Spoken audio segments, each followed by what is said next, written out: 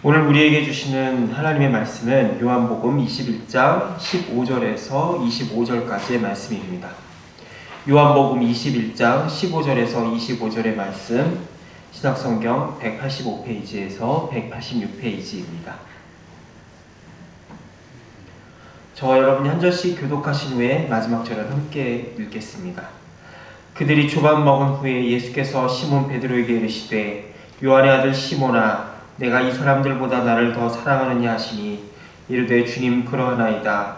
내가 주님을 사랑하는 줄 주님께서 아시나이다. 이르시되 내 어린 양을 먹이라 하시고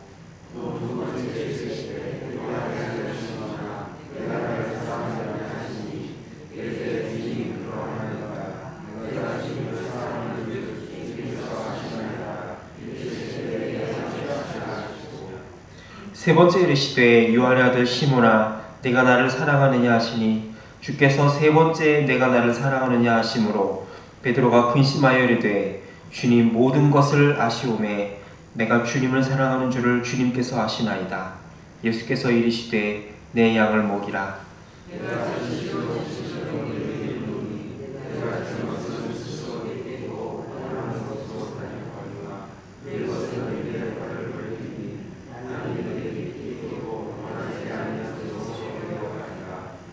이 말씀을 하시는 베드로가 어떠한 죽음으로 하나님께 영광을 돌릴 것을 가리키심이로라.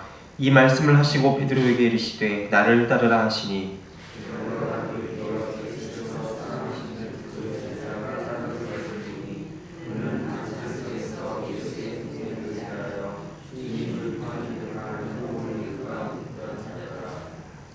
이에 베드로가 그를 보고 예수께 여짜오되 주님 이 사람은 어떻게 되겠사옵나이까.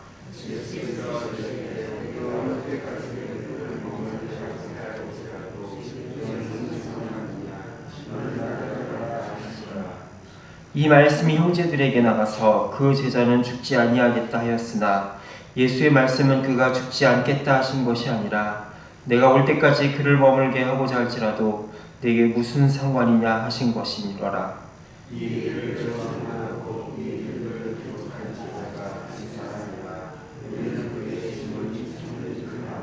함께 읽습니다. 예수께서 행하신 일이 이외에도 많으니 만일 낱낱이 기록된다면 이 세상이라도 이 기록된 책을 두기에 부족할 줄 아노라. 아멘. 기도하겠습니다. 좋으신 하나님 아버지, 부족한 우리들에게 새벽을 깨우게 하시고 하나님 앞에 나오게 하시니 감사합니다. 하루의 시작을 주님 앞에 온전히 맡겨드릴 때에 오늘 우리들의 삶을 인도하시고 풍성한 것으로 채우시며 먹이시는 하나님의 선하심을 경험하게 하여 주시옵소서. 이 풍성함과 선하심이 우리 자신에게서만 그치는 것이 아니라 다른 모든 이들에게도 흘러갈 수 있도록 우리를 사용하여 주시옵소서. 예수님의 이름으로 기도합니다. 아멘. 복음서에 보여지는 베드로의 모습을 보면 굉장히 열정적이고 솔선수범하는 모습을 보게 됩니다. 말보다 행동이 앞섰고 굉장히 과감했으며 결단력 있는 제자였습니다. 그랬기에 그만큼 실수도 많았고 꾸중도 많이 들었던 것을 보게 되는데요. 대표적인 예가 바로 마태복음 16장에 나타난 베드로의 고백의 사건을 통해 우리는 그의 성격을 알 수 있습니다. 예수님께서 제자들에게 너희는 나를 누구라 생각하느냐라는 질문에 대해서 베드로는 제자들을 대표해서 주는 그리스도시요 살아계신 하나님의 아들이십니다 라고 고백하게 됩니다. 이 위대한 고백을 들은 예수님은 베드로에게 내 이름은 더 이상 베드로의 원래 이름이 시몬이었었는데 네 이름은 시몬이 아니라 베드로다, 반석이다 라고 하는 이름을 붙여주셨습니다. 그런데 그 고백 바로 다음에 예수님께서 예루살렘으로 올라가 순환을 당할 것을 예언을 하시자 베드로는 이러한 일이 예수님께 결코 일어나서는 안 된다라고 만류를 하게 되죠. 그러자 예수님으로부터 무슨 말을 듣게 됩니까? 칭찬이 아니라 이 세상 그 어느 누구도 들어보지 못했던 어마어마한 꾸중을 듣게 되죠. 바로 사탄아 물러가라. 너는 나를 넘어지게 하는 자로다 라고 하는 엄청난 꾸중을 듣게 됩니다. 이렇게 잘했건 잘못했건 그는 신속한 결정과 행동력으로 제자들을 앞서 무언가를 헤쳐나갔던 리더십 있는 인물이었기에 그만큼 칭찬도 받았고 꾸중도 앞서가셨던 것 같습니다. 이렇게 예수님으로부터 교회의 반석이라는 엄청난 칭찬과 더불어서 사탄의 자식이라는 엄청난 꾸중을 함께 들은 이 정말 어울리지 않는 상반된 두 가지가 베드로라고 하는 한 사람 안에 공존이 있었다는 점이 정말로 놀라운 일이 아닐 수 없다라는 것을 우리는 보게 됩니다. 예수님이 돌아가시기 전날 밤에도 그의 이러한 용맹하고 저돌적인 모습은 똑같이 나타납니다. 예수님이 돌아가실 것을 예언하자 그는 예수님이 어디를 가든지 따라갈 것이며 심지어는 죽는 자리에까지 따라가겠다라고 호언장담을 하게 됩니다. 그리고 자기와 함께 있던 모든 제자들을 다 가리키면서 저 11 제자들은 나를 제외한 다른 모든 사람들은 예수님을 배신할지라도 나는 예수님을 배신하지 않겠습니다 라고 장담을 하게 됩니다. 이 말을 들은 다른 제자들은 얼마나 기분이 나빴을까요? 그런데 예수님이 그러한 베드로의 호언 장담에 무엇이라고 대답을 하십니까? 내가 나를 다 울기 전에 3번 나를 부인할 것이다 라고 예언하십니다. 그리고 그 예언은 불과 몇 시간이 지나지 않아 현실화되고 말았으니 바로 계집종 말 한마디에 겁을 집어먹은 베드로는 3번 예수님을 부인하고 말았습니다. 그리고 그러한 베드로의 배신에 마치 확인 도장이라도 찍는 듯이 여지없이 새벽닭은 울어버리고 말았던 것이죠. 예수님을 위해 죽는 데까지 따라 나서겠다고 다짐했던 베드로가 고작 계집종 한마디에 그 계집종 한 사람의 그 말 몇 마디 앞에서 어이없이 무너지는 이러한 말도 안 되는 상황이 어떻게 한 사람 안에 동시에 일어날 수 있는가 우리는 의아할 따름입니다. 그런데 놀랍게도 성경은 베드로의 이러한 두 가지의 상반된 모습을 가감없이 드러내고 있습니다. 그리고 그것은 베드로 한 사람만의 이야기가 아니라 우리 모두의 이야기라는 사실을 바로 베드로를 통해서 우리들에게 보여주고 있습니다. 예수님의 은혜를 입은 우리는 그분을 위해 죽는 자리라도 마다하지 않으며 죄를 멀리하고 우리의 삶의 한순간이라도 하나님의 은혜에 보답하지 않는 삶을 살아가는 구석이 없기를 소원합니다. 그런데 우리의 실력은 어떻습니까? 우리의 현실과 우리의 실력은 우리의 소원과 뜨거운 바램과는 달리 우리를 날마다 사망의 골짜기로 끌고 가곤 합니다. 예수님을 위해 십자가를 지고 가는 자리가 아니라 오히려 골고다 언덕 위에서 로마 병정과 함께 예수님의 손과 발에 못을 박는 일에 동참하고 있는 나의 모습을 발견하게 되곤 합니다. 이러한 충격은 베드로에게도 마찬가지여서 심지어는 예수님이 부활하셔서 베드로와 제자들에게까지 직접 찾아 나타나셔서 그의 못 박힌 손과 발을 보여주셨음에도 불구하고 이러한 충격과 자괴감과 상실감은 회복되지 않았습니다. 오히려 이러한 충격과 상실과 자괴감은 부활하신 예수님이 제자들에게 베드로에게 다가가면 다가갈수록 더욱 뚜렷하게 자신의 못난 모습이 드러나는 것을 본 베드로는 드디어 사명의 자리를 포기하고 도망을 가게 됩니다. 교회의 반석은커녕 그 예수님의 뒤를 바라볼 자신조차 없던 그는 결국에는 물고기 잡던 옛날 어부의 모습으로 돌아가 버리고 말지요. 그런데 예수님은 그러한 베드로를 찾아가셔서 베드로와 함께한 제자들을 만나 주십니다. 아침을 먹고 빵을 나눠주시며 고기를 구워 잡수신 후에 예수님은 3번 베드로에게 물으십니다. 요한의 아들 시몬아, 내가 나를 사랑하느냐? 라는 이 질문에 주님, 제가 주님을 사랑하는 줄 주께서 아시나이다 라고 대답을 합니다. 이 대답은 무엇을 의미하는 것일까요? 그는 과거에 자기 힘으로 예수님의 뒤를 따를 수 있을 줄 알았습니다.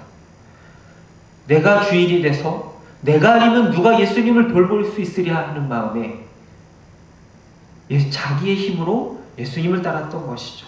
심지어 그는 예수님을 위해서 자기의 목숨을 던질 수 있을 줄만 알았습니다. 그런데 실상은 정반대였던 것이죠. 베드로가 예수님을 위해서 목숨을 바치는 것이 아니라 예수님이 베드로를 위해서 목숨을 바친다라는 것이었습니다. 베드로가 아무리 예수님을 위해 헌신하고 자기 모든 것을 바친다 한들 베드로를 위해서 자신을 내어주신 예수님의 사랑과 헌신에는 비길 수가 없다라는 사실을 그는 먼저 깨달아야만 했던 것입니다. 바로 교회의 위대한 사도가 되기 위해서 그는 예수님 앞에 한없이 민망한 자리로 먼저 나서야 했다라는 것이죠. 그래서 그는 이제 깨달았습니다. 내가 주님을 사랑하는 것조차 주께서 하시고 주께서 판단하실 수밖에 없다라고 고백할 수밖에 없다라는 것이죠. 신앙의 주어가 나 자신에서 주님으로 바뀌게 된 것입니다. 이러한 베드로의 고백을 들은 예수님은 그에게 내 양을 맡기라, 내 양을 먹이라, 내 양을 치라라고 부탁하십니다. 베드로를 찾아와 자신의 양떼를 부탁하신 예수님은 오늘 우리를 찾아오셔서 우리가 주님을 배신하고 돌아선 그 자리를 보듬어 주십니다. 한 우물 안에 쓴물과 단물이 함께 솟아나올 수 없는 것이 당연한 자연의 이치이건만 하나님을 향한 뜨거운 사랑의 충성의 샘물과 배신과 이기심의 쓴물이 동시에 나오는 그런 이중적인 모습을 보이는 그러한 이해할 수 없는 샘물이 바로 우리 마음의 운물이라는 사실을 성경은 보여주고 있습니다. 그것이 우리의 모습이었고 베드로의 모습이었다는 것이죠. 그런데 예수님은 베드로가 예수님에게 상처를 입힌 그 모습 그대로 찾아가셔서 베드로를 회복시켜 주십니다. 그리고 오늘 우리들을 찾아오십니다. 우리는 주님의 손과 발에 지울 수 없는 상처를 안겼습니다. 그런데 주님은 우리가 안겨드린 상처 그 모습 그대로 우리를 찾아오셔서 우리를 만나 주십니다. 그리고 우리를 사명의 자리로 다시금 이끌어 주십니다. 우리의 힘으로는 결코 예수님을 위해 죽는 자리로 나아갈 수 없었지만 주께서 먼저 죽으시고 먼저 상처 입으신 그 모습 그대로 우리를 찾아오 주셨기에 우리도 베드로가 그토록 소원하던 자리로 바로 주님을 위해 죽는 자리까지 나아갈 수 있게 된 것이지요. 이런 사명의 자리는 각자의 형편과 처지와 그릇에 따라 다양하게 펼쳐집니다. 20절의 말씀을 보면 베드로는 예수께서 사랑하시는 그 제자를 향하여 이 사람은 어떻게 되겠습니까? 라고 묻게 되는 모습을 보게 됩니다. 여기 기록된 그 사랑하시는 제자라는 것은 바로 요한복음을 기록한 사도 요한을 일컫는 게 아닐까라는 추정을 해보게 됩니다. 그에 대해 예수님은 내가 올 때까지 그를 머물게 할지라도 무슨 상관이냐? 너는 나를 따르라 라고 말씀합니다. 요한이 어떻게 되든지 간에 너는 상관하지 말고 너는 너의 부르심을 따라 나를 따르라 라는 것이죠.